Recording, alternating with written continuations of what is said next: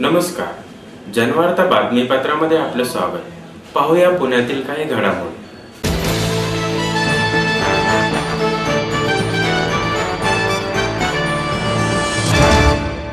कैलासवासी लक्ष्मीबाई दगडूशेठ हलवाई दत्त मंदिर यांच्या वतीने त्रिपुरा पौर्णिमेनिमित्त अन्नकूटाचे आयोजन करण्यात आले. कार्तिकी स्वामींच्या जन्मदिवस या निमित्तानं साजऱ्या होणाऱ्या त्रिपुरा पौर्णिमेनिमित्त शहरातील विविध ठिकाणी कार्तिकी स्वामींच्या मंदिरात भाविकांची गर्दी झाली होती.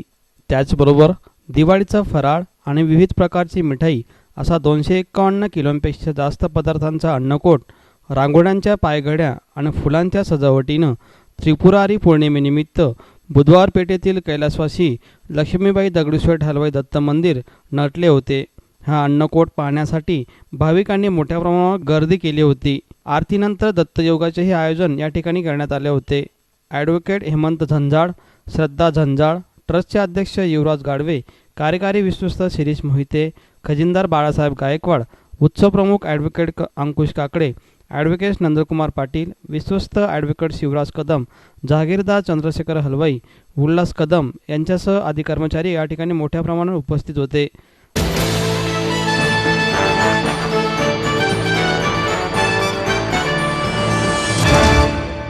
आर्य संगीत प्रसारक मंडळाच्या वतीने सवाई गंधर्व भीमसेन महोत्सवाचे आयोजन 10 ते 13 डिसेंबर रोजी होणार असल्याचे सांगण्यात आले. युवा आणि बुजुर्ग कलाकारांच्या सादरीकरणाने सवाई गंधर्व भीमसेन महोत्सव 10 ते 13 डिसेंबर दरम्यान रंगणार आहे. बासरी, व्हायोलिन, सारंगी असे वाद्यवादन, शास्त्रीय गायन आणि कथक नृत्याचा आस्वाद संगीतप्रेमींना या महोत्सवात मिळणार आहे. आर्य संगीत प्रसारक मंडळाचे कार्याध्यक्ष श्रीनिवास जोशी यांनी पत्रकार परिषदेत महोत्सवाची कार्यक्रम पत्रिका जाहीर केली. रमणबाग प्रशालेच्या मैदानावर हा महोत्सव रंगणार आहे. यंदा महोत्सवाचे 63वे वर्ष आहे. महोत्सवाच्या स्वरमंचावर स्वरयोगिनी डॉक्टर प्रभा अत्रे, स्वरमातंड पंडित जसराज, ज्येष्ठ गायक सुरेश वाडकर, ज्येष्ठ गायिका पंडित मालिनी राजूरकर, पंडित राजन साजन मिश्रा, शुभा मुद्रल, रूपक कुलकर्णी, प्रवीण शेवलीकर, नीलाद्री कुमार, रघुनंदन पणशीकर, प्रवीण गोडखिंडी, राजेंद्र गंगाणी, पंडित उल्हास कशाळकर, उपेंद्र भट आदी मान्यवर कलाकार स्वप्रस्तुती करणार आहेत. नम्रता गायकवाड, सावनी कुलकर्णी, शिल्पा पुण तांबेकर, सुचिस्मिता दास, अमजद अली, भारती प्रताप हे कलाकार महोत्सवाच्या स्वरमंचावर प्रथमच आपली कला सादर करणार आहेत. आपल्या सवाई गंधर्व भीमसेन महोत्सवाचा हे 63व पुष्प आहे आणि यामध्ये आपले काही ज्येष्ठ गायक नेहमीचे त्यांचे आपण कलेतले नवीन नवीन विचार ऐकायला उत्सुक असतो. त्यांच्या बरोबरीनंच काही जे सहसा या भागात ऐकायला मिळत नाहीत असे काही युवा प्रतिभावान गायक प्रस्तुत करण्याचा प्रयत्न आहे. त्यानुसार पहिलं म्हणजे आपल्या पुण्याचे काही एक लोकल टॅलेंट असावं या दृष्टीने, तर त्यांच्यामध्ये सावनी कुलकर्णी, शिल्पा पुणतांबेकर या सहगायन करतील. नंतर अजय चक्रवर्तींच्या शिष्या सुचिस्मिता दास म्हणून आहेत. अमजद अली हे गायक आहेत, आमच्या किराणा घराण्याचे युवा, ते वोकल करतील. आणि श्रीमती भारती प्रताप या सुद्धा एक नवीन गायिका आपल्याला ऐकायला मिळणार आहेत. याशिवाय सध्याचे एक ज्याला स्टार म्हणू आपण असे सतारवादक नीलाद्री कुमार, यांना आपण वाहताच्या ॲडमध्ये पाहिलं असेल, त्यांचं सतारवादन आपण ऐकणार आहोत. आणि मागच्या वेळेला राहून गेलेला एक वैशिष्ट्यपूर्ण आविष्कार होता, जे पार्श्वगायक म्हणून फार विख्यात आहेत पण जे शास्त्रीय संगीताची तालीम घेतलेले उत्तम, त्या सुरेश वाडकरांचं शास्त्रीय गायन आपल्याला ऐकायला मिळणार आहे. हे मी प्रातिनिधिक काही नावं घेतली. आणि याच्याशिवाय सुद्धा अत्यंत छान आमचे प्रवीण गोडखिंडी आहेत, बासरी वादक, किंवा सतार सरोद यांचं सहवादन आहे, बासरी आणि व्हायोलिन यांचं एक सहवादन आहे, आणि सारंगी आहे. आणि आमच्या पुण्याचे गायक आहेत, मुंबईचे आहेत, दिल्लीचे आहेत, कलकत्त्याचे, असं सगळं एक प्रातिनिधिक भारतभर आपल्याला जेवढं प्रातिनिधिक स्वरूपात घेता येईल आणि जितकी विविधता देता येईल असं देण्याचा आमचा हा प्रयत्न आहे. तो वाढणार आहे. तिकिटांच्या दरात आमच्याकडून काही फरक झालेला नाही. सर्व जगामध्ये सर्व एजन्सीजचे दर वाढत आहेत, पण मंडळाचा आमच्या प्रयत्न असा राहिलेला आहे की जे खाली बसतात भारतीय बैठक त्यांच्यासाठी प्रामुख्याने हा उत्सव असतो. पण त्यामध्ये इतर जे खुर्चीचे सीझन तिकीट्स वगैरे आहेत त्याही आपण घेतो. प्रायोजकांचं सहाय्य घेतो की ज्या योगे बहुसंख्य लोकांना जास्ती तिकीट पडू नये. यावर्षी एक कायदा आलेला आहे जून महिन्यापासून की संगीताचा कार्यक्रम जो असेल आणि 500 रुपयांवरचं तिकीट असेल त्यावर लगेच 14.5% सर्व्हिस टॅक्स लावणं अनिवार्य आहे. म्हणजे तो घ्यायचा आणि सरकारला द्यायचा, आम्हाला नाही तो. तर ते आम्हाला करावं लागणार आहे खुर्चीच्या तिकिटाबद्दल. आणि त्यात जी काय आमचं पूर्वीचं तिकीट होतं त्यात तेवढंच आम्हाला मिळावं अशा दृष्टीने ही वाढ केलेली आहे. त्यातले 14.5% रक्कम ही सरकारला जमा करावी लागणार.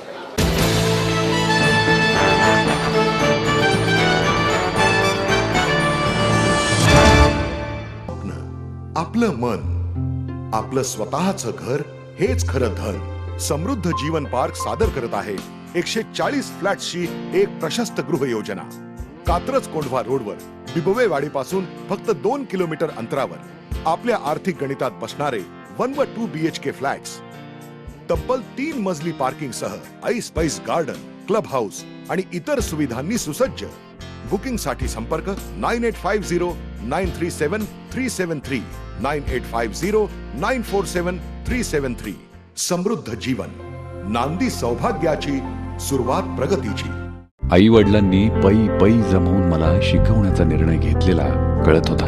माझ्या उच्च शिक्षणासाठी त्यांनी मला कायमचा आधार मिळवून दिला होता. त्यांनी स्वतःसाठी कधीच काही केलं नाही, पण माझ्यासाठी Samruddha Jeevan multistate multipurpose cooperative society limited. गुंतवणूक भावनांची, आनंद लक्षावधीचा. Samruddha Jeevan multistate multipurpose cooperative society limited. माहेर सोडून सासरी आले. इथे प्रेमाची, मायेची माणसं होती. पण माझं भविष्य सुरक्षित आहे याचा आनंद, आत्मविश्वास वाढवणारा होता. Samruddha Jeevan multistate multipurpose cooperative society limited. गुंतवणूक भावनांची, आनंद लक्षावधीचा. Samruddha Jeevan multistate multipurpose cooperative society limited.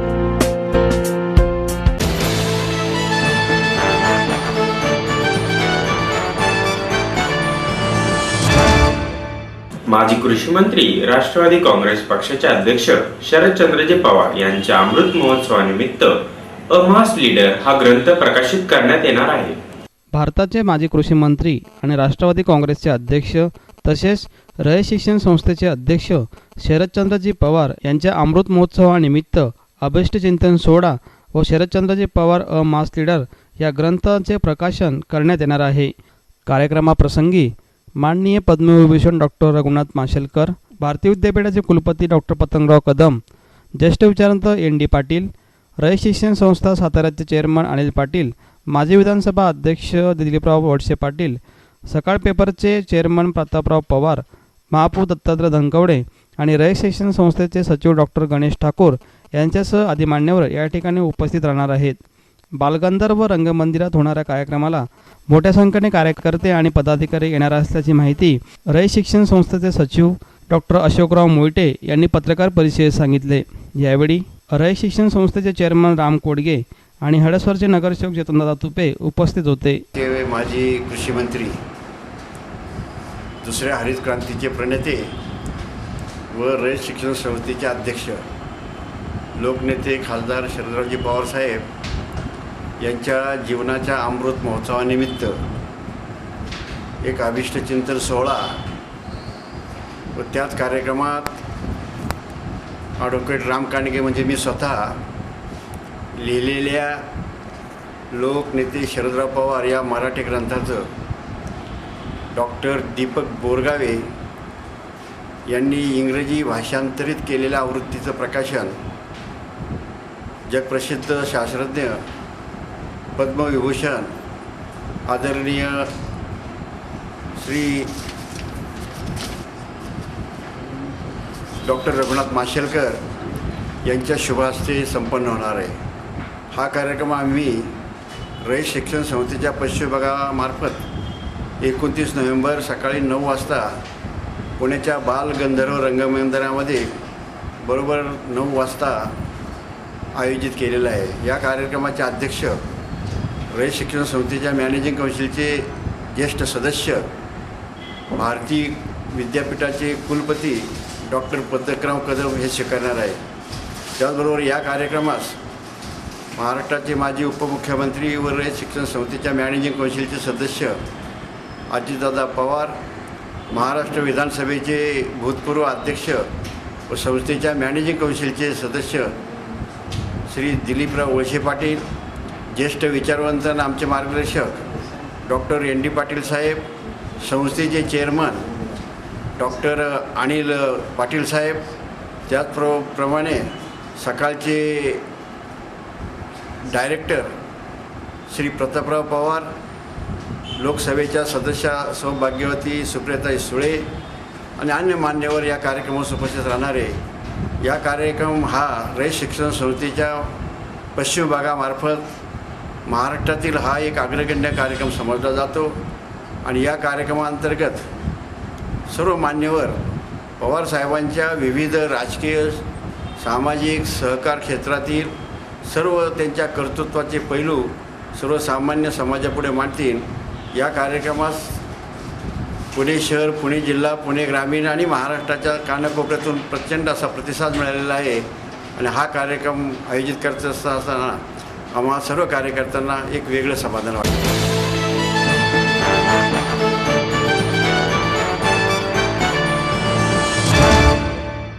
विचारवंतांच्या हत्या आणि असहिष्णुता या पार्श्वभूमीवर गुजरातमधील साहित्यिकांची दक्षिणायन यात्रा पुण्यापासून सुरू झाली आहे. कोणत्याही रोगाचे मूळ शोधले पाहिजे, तेथेच उपचार केले पाहिजेत. आत्ताच्या असहिष्णुतेमुळे मूळ गुजरातमध्ये आहे ते उपचार करण्याची गरज आहे. त्यामुळे मी प्रत्येक दिवस गावागावात, राज्यात, भाषाभाषात जाऊन लोकांना एकत्र आणून गोधडी बनवण्याचा प्रयत्न करणार आहे. या गोधडीचा उद्भेद मला माझा भारत, भारताचे स्वप्न जपून ठेवायचे आहेत, अशा भावना भाषातज्ञ डॉक्टर गणेश देवी यांनी बुधवारी व्यक्त केल्या. लेखक विचारवंतांच्या हत्या आणि असहिष्णुता या पार्श्वभूमीवर गुजरातमधील साहित्यिकांची दक्षिणायन यात्रा पुण्याहून सुरू झाली आहे.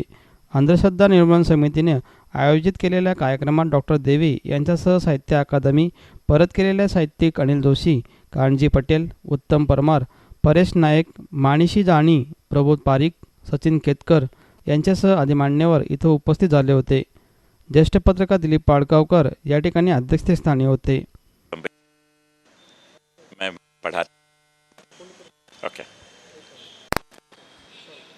मैं प्रबोध परीख बम्बई से आया हूँ.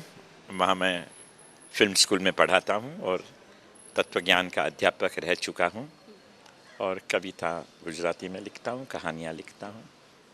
आज जो प्रोग्राम हुआ है सर यहाँ, तो उसके पीछे क्या उद्देश्य है, क्या आपने आज किया यहाँ पे?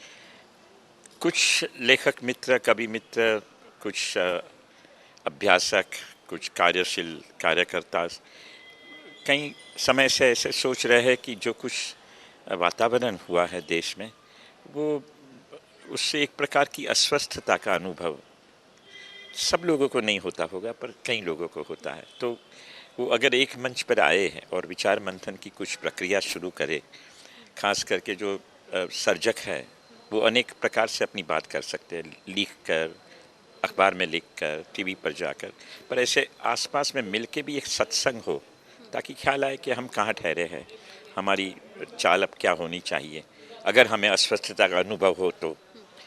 तो ये जो दाभोलकर की भूमि पर आए और अब जा रहे हैं पानसरे, कोल्हापुर, और फिर वहाँ से धारवाड़ जा रहे हैं, कलबुर्गी, तो ये तीन तो एक प्रतीक है, एक रूपक के तरफ कि ये तीन को जो हुआ, क्योंकि उनकी एक ही इच्छा थी कि हम तर्कनिष्ठ हो, हमारी जो कुछ समझ हो उसमें कुछ समभाव हो, तर्कनिष्ठता हो और एक प्रकार की करुणा हो अन्य के प्रति.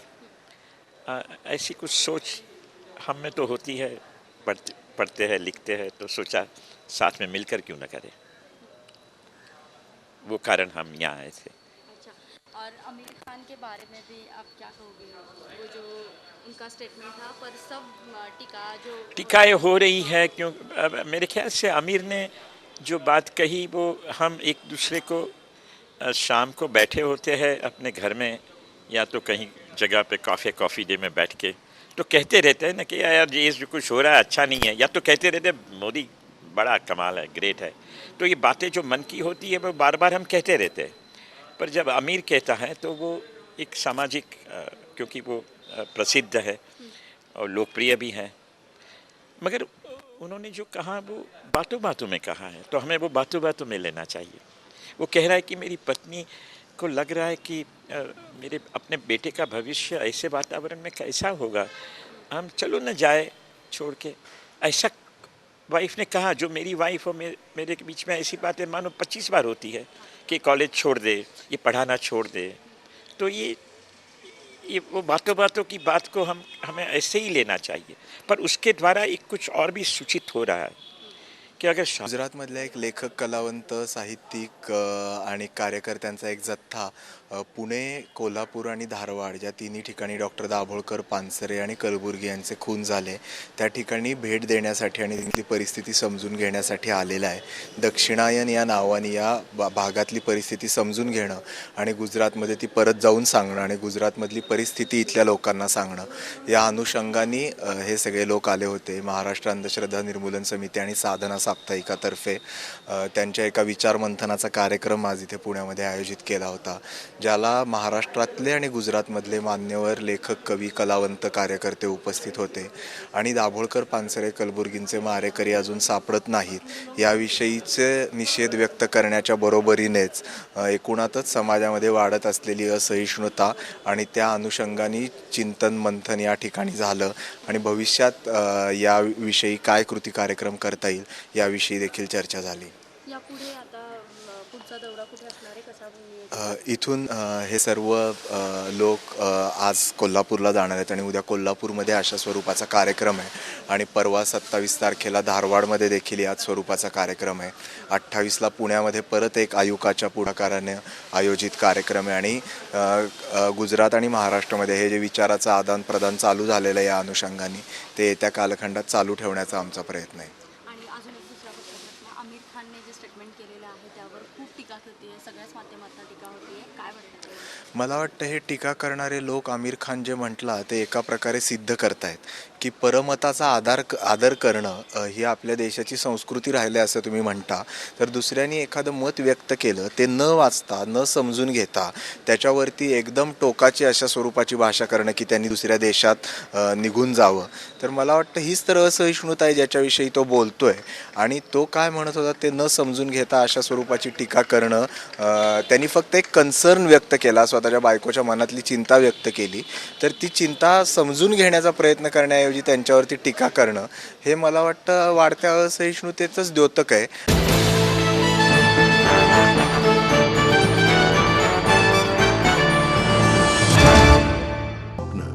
आपलं मन, आपलं स्वतःचं घर हेच खरं धन। समृद्ध जीवन पार्क सादर करत आहे 140 फ्लॅट्सची एक प्रशस्त गृह योजना। कात्रज कोंढवा रोडवर बिबवेवाडीपासून फक्त 2 किलोमीटर अंतरावर आपल्या आर्थिक गणितात बसणारे 1 व 2 BHK फ्लॅट्स, तब्बल 3 मजली पार्किंग सह आईस पाईस गार्डन, क्लब हाऊस आणि इतर सुविधांनी सुसज्ज। बुकिंग साठी संपर्क 9850937373 9850947373। समृद्ध जीवन, नांदी सौभाग्याची, सुरुवात प्रगतीची। आई वडिलांनी पै जमवून मला शिकवण्याचा निर्णय घेतलेला कळत होता। माझ्या उच्च शिक्षणासाठी त्यांनी मला कायमचा आधार मिळवून दिला होता। त्यांनी स्वतःसाठी कधीच काही केलं नाही, पण माझ्यासाठी Samruddha Jeevan multistate multipurpose cooperative society limited.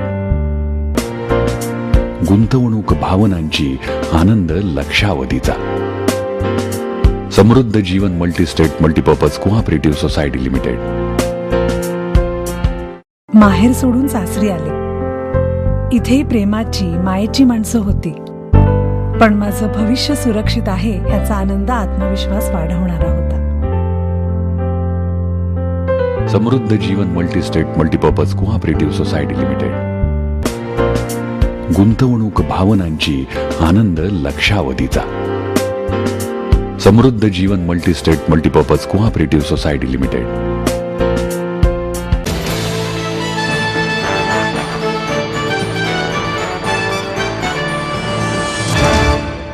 Pune शहर काँग्रेस व पायल तिवारी फाउंडेशन तर्फे यशवंतराव चव्हाण यांच्या पुण्यतिथी निमित्त पाणी वाचवा पुणे वाचवा या कार्यक्रमाचे आयोजन करण्यात आले. पाण्याचा वारंवार वापर करण्यापेक्षा गरजे इतकंच पाणी वापरायला हवं. सर्व नागरिकांनी स्वतःच्या घरापासून पाणी वाचवा मोहिमेची सुरुवात करायला हवी. प्रत्येक जिल्ह्यात, तालुक्यात व खेडोपाडी राबवण्याची अशा मोहिमेची आवश्यकता आहे. त्यामुळे पाणी बचत होऊन दुष्काळ निवारण्यास मदत होईल, असे मत ज्येष्ठ व्यंगचित्रकार मंगेश तेंडुलकर यांनी व्यक्त केलं. पुणे शहर काँग्रेस व पायल तिवारी फाउंडेशनच्या वतीनं यशवंतराव चव्हाण यांच्या पुण्यतिथीनिमित्त सुरू करण्यात आलेल्या पाणी वाचवा पुणे वाचवा या जनजागरण मोहिमेचा शुभारंभ बुधवारी मंगेश तेंडुलकर यांच्या हस्ते करण्यात आला. पालिकेच्या शिक्षण मंडळाच्या माजी अध्यक्षा संगीता तिवारी यांच्या नेतृत्वाखाली मोहिमेचं आयोजन करण्यात आलं होतं. कार्यक्रमाचा प्रमुख पाहुणे म्हणून काँग्रेसचे शहराध्यक्ष ॲडव्होकेट अभय छाजेड, मकरंद टिल्लू, पुणे शहर काँग्रेसचे सरचिटणीस रमेश अय्यर, शोभना पण्णीकर, संगीता पवार, शैला पंडित यांच्यासह काँग्रेसचे कार्यकर्ता आणि महिला मोठ्या संख्येने या मोहिमेत सहभागी झाल्या होत्या. फर्ग्युसन रस्त्यावरील हॉटेल्समधील कर्मचाऱ्यांना ग्राहकांना आवश्यक तेवढेच पाणी द्यावे, ग्राहकांना पूर्ण ग्लास भरून देण्याऐवजी अर्धा ग्लास पाणी द्या, असे आवाहनही जनजागृती मोहिमेत करण्यात आले आहे. वाढणारी वस्ती आणि कमी होणारा पाणीसाठा हे समीकरण फार काळ उपयोगाला येणारं नाही. यातून मार्ग तर काढायला हवाच आहे. आणि बाकी काही नसलं तरी चालेल, पण पाणी नसेल तर फार मोठी गडबड होईल आणि त्याची वेळीच काळजी घेणं प्राप्त आहे. आणि त्या दृष्टीनं ही जी मोहीम पायल फाउंडेशनतर्फे केली आहे ती अतिशय चांगली आहे. आणि ती मोहीम सुरू करणाऱ्यांचं आणि राबवणाऱ्यांचं एक पुण्यातला नागरिक म्हणून मी त्यांचं मनापासून कृतज्ञ आहे. ही गरजेची मोहीम होती आणि ही शहरभर आता पसरावी अशी इच्छा आहे. पाणी जपून वापरा, तरच पुढच्या पावसाळ्यापर्यंत या शहराचा निभाव लागणार आहे. पाणी वाचवा पुणे वाचवा ही मोहीम ॲक्च्युली मकरंद टिल्लू यांच्या पाणी वाचवा पुणे वाचवा ही मोहीम ॲक्च्युली मकरंद टिल्लू यांच्याकडनं आम्ही प्रेरित होऊन घेतली आणि आम्हाला आमचे शहर अध्यक्ष अभयजी छाजेड यांनी मार्गदर्शन केलं. आणि ह्याच्यासाठी मंगेशजी आम्हाला लाभले की ही जागृती मंगेशजी तेंडुलकरांच्या तोंडून जर निघाली तर लोक त्याला जास्त मानणारी आहेत. म्हणून आम्ही मंगेशजींना तिथे गुरुजी मानून आज आणलं. आज आमची इच्छा हीच आहे की आज खडकवासला धरणामध्ये पाण्याचा साठा कमी आहे. 6 महिने चालेल एवढा पाण्याचा साठा आहे. 6 महिन्यानंतर आपल्याला विदर्भासारखी 12-12, 15-15 दिवसांनी नळांना पाणी यायची अवस्था होईल. ती होऊ नये म्हणून आम्ही जनजागृती हे अभियान चालू केले. आम्ही प्रत्येक हॉटेलमध्ये आमच्या जेवढ्या कार्यकर्त्यात त्या एरियामध्ये जाऊन हॉटेलमध्ये विनंती करणार आहे यात तुम्ही अर्धा ग्लास पाणी भरा किंवा जगमध्ये पाणी द्या आणि जेवढं पाहिजे तेवढं घ्या. मी तर अशी इच्छा व्यक्त करीन घरांमध्ये पण लोटी भांडं ठेवलं पाहिजे. जे ग्लासेस भरून येतात त्याच्याऐवजी जर लोटी भांडं ठेवलं तर पाणी वाचेल. आणि ही आता अभय छाजेड भाषणात बोलल्याप्रमाणे फक्त आत्ता पाऊस न झाल्यामुळं असं करण्याचं नाही, तर हे आपल्याला कायमस्वरूपी हे एक आंदोलन उभं करावं लागेल पाणी वाचवा. तर याच्यासाठी आम्ही हे आंदोलन कमीत कमी 6 महिन्यापर्यंत प्रत्येकांका एवढे हॉटेल्स आमची पुण्यातली कव्हर होणार नाहीत तर 6 महिने आम्हाला हे आंदोलन पूर्ण पुणे शहर हॉटेलमध्ये फिरून हॉटेलानंतर घर नंतर वाड्या बसतात. काही स्लम एरियांमध्ये पाण्याचे नळ सोडून देतात सार्वजनिक नळ आणि तो नळ चालू असतो, तो कोणी बंद करत नाही. तर तिथेही आम्ही रॅली काढून त्यांना रिक्वेस्ट करणार आहे की तुमचं काम झाल्यावर तो नळ बंद करत जा. या आंदोलनामध्ये आम्हाला मार्गदर्शन माननीय आमचे अध्यक्ष अभय छाजेड यांनी केलं आहे. त्या आंदोलनामधली एक घोषणा आपण ऐकली असेल, जल आहे तो कल आहे. आणि मला असं वाटतं की भविष्यामध्ये पाणी हा खूप मोठा प्रश्न आहे. आपल्याला त्याच्यातली एक घोषणा आपण ऐकली असेल, जल आहे तो कल आहे. आणि मला असं वाटतं की भविष्यामध्ये पाणी हा खूप मोठा प्रश्न आहे. आपल्याला त्याची तीव्रता आता जाणवायला लागली. आता उत्तर महाराष्ट्र आणि मराठवाड्यामध्ये वाद सुरू झाले. आपल्याकडे यावर्षी कमी पाऊस झाला आहे. पाणी जवळजवळ निम्म्या साठा, मागच्या वर्षीपेक्षा निम्मा साठा आज धरणांमध्ये आहे. आपण जल आवर्तन देऊ शकतो का नाही शेतीला, अशा प्रकारचे प्रश्न आहेत. आणि म्हणून अशा प्रकारचे जे उपक्रम आहे ही मला असं वाटतं ही सुरुवात आहे आणि हे सगळ्या भागामध्ये चालू राहिलं पाहिजे. आणि पाणी जिरवणं असेल, पाण्याचं पुनर्वापरणं असेल, ह्या सगळ्या ज्या सस्टेनेबिलिटीच्या दृष्टीने महत्त्वाच्या गोष्टी आहेत त्या अत्यंत आवश्यक आहे. आणि केवळ पुणे नाही, मला असं वाटतं की ह्याचा जो सुरुवात झाली ही सगळीकडे त्याचा प्रचार प्रसार व्हायला पाहिजे आणि पाण्याचा वापर हा अत्यंत मर्यादित झाला पाहिजे. या दृष्टीने सगळ्यांनी काळजी घेणं आवश्यक आहे. हे जे जनजागरणाचा हा उपक्रम आहे त्याला मनापासून त्या ठिकाणी मी अभिनंदन करतो. संगीता तिवारीचं, मंगेश तेंडुलकरांचं मी या ठिकाणी आभार मानतो की आपण अशा सामाजिक उपक्रमाला पुढे आला. टिल्लू साहेबांनी या ठिकाणी ती कल्पकता दिली, त्या ठिकाणी प्रेरणा दिली, त्याबद्दल त्यांचं सगळ्यांचा आभार. धन्यवाद.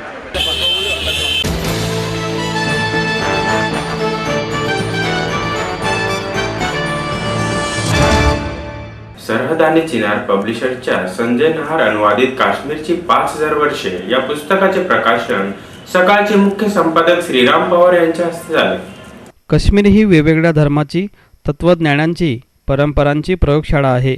सर्वांच्या समुच्चयातून येथे वेगवेगळे रसायन घडत असते, पण काहींना समन्वयाचा विचार पटत नाही.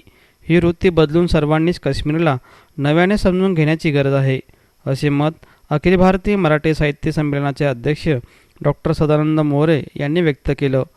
इतर राज्यांपेक्षा महाराष्ट्राचा आणि काश्मीरचा संबंध फार जुना असल्याची पुष्टीही त्यांनी जोडली.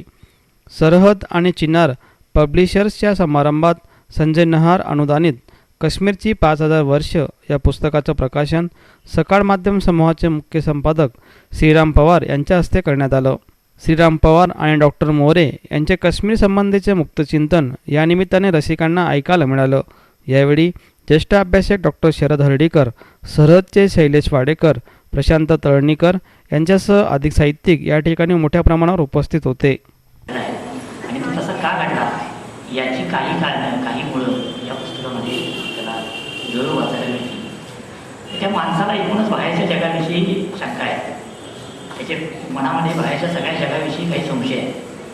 त्यामुळे बाहेरून येणारा माणूस काहीतरी माझं हिसकावून घ्यायला येतो अशी एक भावना काश्मीरमध्ये सातत्यानं आहे. आणि ती काही फक्त समस्या सुरू झाल्यानंतरचा मुद्दा नाही आहे, त्याला 500 वर्षाचा इतिहास आहे. काश्मीरनं कधीच कुठल्या बाहेरच्या सत्तेचं वर्चस्व मानलं नाही. मुघलांचंही मानलं नाही, शिखांचंही मानलं नाही, दोघांचंही मानलं नाही आणि इंग्रजांचंही मानलं नाही. काश्मीरपासून जम्मूपासून ते अफगाणिस्तानपर्यंतचा जो प्रदेश आहे, तोळाबोरा किंवा हा सगळा प्रदेश आहे किंवा बलुचिस्तान आहे, या सगळ्या भागामध्ये इतिहासाच्या कुठल्याही काळात कुठलीही सत्ता कायमस्वरूपी टिकली नाही. बाहेरची सत्ता तिथले जे काही नव्या जगा वगैरे जे काय म्हणतात ते स्थानिक तिथले नेते आहेत, तिथली जी काही जगण्याची पद्धती आहे ती त्यांनी जपून ठेवली. आणि त्याच्या पलीकडे जाऊन सोल्युशन निघत नाही की पुन्हा पुन्हा प्रयत्न करून लोकशाहीचे अनेक एक्सपोर्ट करण्याचे प्रयत्न करून सुद्धा आपल्याला लक्षात आलेलं आहे. मी यासाठी सांगतो की अशा भूमीमध्ये संजय नायर यांच्यासारखा माणूस सहजपणे स्वीकारावा. याचं कारण काय तर त्यांनी ज्या पद्धतीनं त्या सगळ्या समाजाशी नाळ जोडली. काश्मीरमध्ये विविध गावं आहेत, विविध पक्ष आहेत, अतिशय टोकाचे इस्लामिस्ट आहेत, मवाळी इस्लामिस्ट आहेत, पंडित आहेत आणि एकमेकांना छेद देणारे अनेक गावं त्याच्यामध्ये तिथं आहेत. शासकीय अधिकाऱ्यांच्या भूमिका वेगळ्या आहेत, सगळ्या सिक्युरिटी एजन्सीच्या आणि गुप्तचर यंत्रणांच्या भूमिका वेगळ्या आहेत, आंतरराष्ट्रीय संघटना अशा पद्धतीची चर्चा होणार आहे. तर तुम्ही याल का? सुदैवाने मला एका लग्नाच्या रिसेप्शनला जायचं आणि ते करून मी काही माझ्यापर्यंत परत येणार नाही, कारण मी त्यांना नकार दिला. आता हे जे संजय लीला भन्साळी नावाचे दिग्दर्शक आहेत त्यांची माझी काही ओळख नाही किंवा ते मला काही सल्ला विचारण्याची शक्यता सुधारत नाही. पण जर त्यांनी मला विचारलं तर मी असं म्हणेन की एक छोटीच गोष्ट करायची आणि ती फार अवघड नाही, म्हणजे परत सेटपीट लावण्याची पण गरज नाही. बाजीरावाला झोपलेलं दाखवायचं आणि त्याला स्वप्न पडतंय असं दाखवायचं.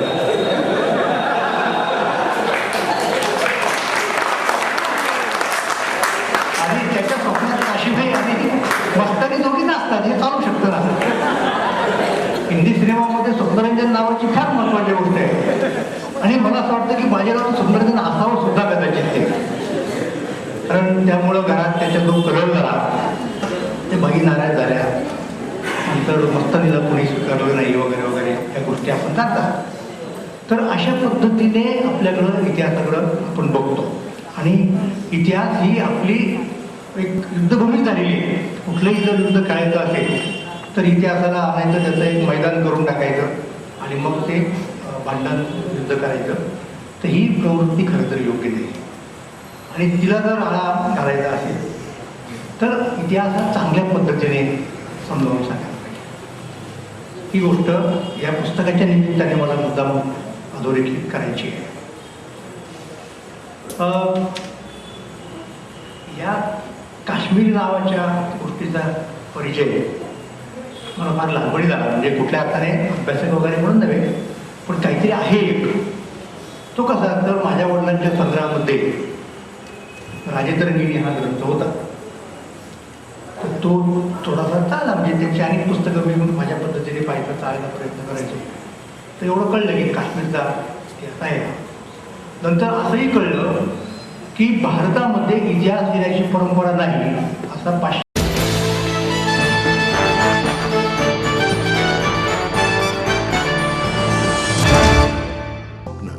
आपलं मन, आपलं स्वतःचं घर हेच खरं धन. समृद्ध जीवन पार्क सादर करत आहे 140 फ्लॅट्सची एक प्रशस्त गृह योजना. कात्रज कोंढवा रोडवर बिबवेवाडी पासून फक्त 2 किलोमीटर अंतरावर आपल्या आर्थिक गणितात बसणारे 1 व 2 BHK फ्लॅट्स. तब्बल 3 मजली पार्किंग सह ऐस पैस गार्डन, क्लब हाऊस आणि इतर सुविधांनी सुसज्ज. बुकिंग साठी संपर्क 9850937373 9850947373. समृद्ध जीवन, नांदी सौभाग्याची, सुरुवात प्रगतीची. आई वडिलांनी पै पै जमवून मला शिकवण्याचा निर्णय घेतलेला कळत होता. माझ्या उच्च शिक्षणासाठी त्यांनी मला कायमचा आधार मिळवून दिला होता. त्यांनी स्वतःसाठी कधीच काही केलं नाही, पण माझ्यासाठी Samruddha Jeevan multistate multipurpose cooperative society limited. गुंतवणूक भावनांची, आनंद लक्षावधीचा. Samruddha Jeevan multistate multipurpose cooperative society limited. माहेर सोडून सासरी आले. इथेही प्रेमाची, मायेची माणसं होती. पण माझं भविष्य सुरक्षित आहे ह्याचा आनंद, आत्मविश्वास वाढवणारा होता. Samruddha Jeevan multistate multipurpose cooperative society limited. गुंतवणूक भावनांची, आनंद लक्षावधीचा. Samruddha Jeevan multistate multipurpose cooperative society limited.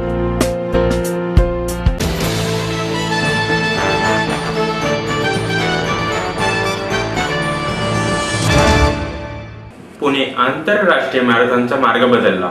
सुरुवात खंडोजी बाबा मंदिरापासून होणार असून स्पर्धेचा समारोप सारसबाग येथे होणार आहे. पुणे आंतरराष्ट्रीय मॅरेथॉन स्पर्धेचा मार्ग यावेळी बदलण्यात आला आहे. शर्यतीची सुरुवात खंडोजी बाबा चौकातून होणार असली तरी शेवट यावेळी नेहरू स्टेडियमऐवजी सारसबाग समोर करण्यात येणार आहे. त्याचबरोबर रविवारी होणाऱ्या मॅरेथॉनच्या निमित्तानं शर्यत मार्गावर नो व्हेकल झोन पाळण्याचे आवाहन महापौर दत्तात्रय दंकवडे यांनी केले आहे. शर्यतीच्या जुन्या मार्गाची मुदत संपल्यामुळे यावर्षी नवा मार्ग आखण्यात आला आहे. शर्यतीला पहाटे 5:30 वाजता खंडोजी बाबा चौकातून सुरुवात होईल. त्यानंतर शर्यत यावेळी पुण्याच्या इतिहासाच्या साक्षी असलेल्या रस्त्यावरून जाणार आहे. नेहरू स्टेडियम नव्याने करण्यात आल्याने ते खराब होऊ नये म्हणून यावेळी शर्यत सारसबागेसमोर संपवण्याचा निर्णय घेण्यात आल्याचंही संयोजकांनी यावेळी स्पष्ट केलं. 6 डिसेंबर रोजी सकाळी 5:30 वाजता पुण्याची 30वी आंतरराष्ट्रीय मॅरेथॉन स्पर्धा पुण्यामध्ये होते. जवळजवळ 35,000 ते 40,000 स्पर्धक याच्यामध्ये भाग घेतात. पुणेकर मोठ्या संख्येने या स्पर्धेमध्ये सहभागी झालेले असतात. जवळजवळ 50 लाख रुपयाची पारितोषिके आपण या माध्यमातून वाटणार आहोत. आणि पुणे शहर स्मार्ट सिटीकडे वाटचाल करत असताना ही मॅरेथॉन स्पर्धासुद्धा त्या दृष्टीने त्याचा रूटचं सुद्धा मॅपिंग वेगळ्या पद्धतीने केलेलं आहे, जेणेकरून जास्तीत जास्त ऐतिहासिक स्थळांवरनं ही मॅरेथॉन स्पर्धा धावणार आहे आणि स्पर्धक त्या ठिकाणी धावणार आहे. प्रथमच यावर्षी शनिवार वाड्यावरनं सुद्धा ही स्पर्धा जाणार आहे. तशाच प्रकारे बाणेर, बालेवाडी आणि म्हाळुंगेचं आपलं शिवछत्रपती स्टेडियम या ठिकाणी सुद्धा जाणार आहे. तर मग अशा प्रकारे पुण्याचं रूटमध्ये दुरुस्त केलेले आहेत की जेणेकरून मोठे मोठे रस्ते ज्या ठिकाणी आहेत त्या रस्त्यावरूनच ही मॅरेथॉन नेतोय की जेणेकरून रहदारीला कुठे अडथळा झाला नाही पाहिजे, स्पर्धकांना कुठे अडचण झाली नाही पाहिजे. आणि या मॅरेथॉन स्पर्धेच्या निमित्तानं मी पुणेकर नागरिकांना सुद्धा आवाहन करू इच्छितो की ही मॅरेथॉन स्पर्धा आंतरराष्ट्रीय दर्जाची आपल्या शहरामध्ये होते. याच्यामध्ये जास्तीत जास्त नागरिकांनी सहभागी झालं पाहिजे आणि या स्पर्धकांना कुठेही रहदारीचा आणि वाहतुकीचा अडथळा निर्माण होऊ नये या दृष्टीने सुद्धा आपण त्या दिवशी 11 वाजेपर्यंत जास्तीत जास्त कमी प्रमाणामध्ये गाड्या रस्त्यावरती आणाव्यात असंही आवाहन या निमित्ताने करतो.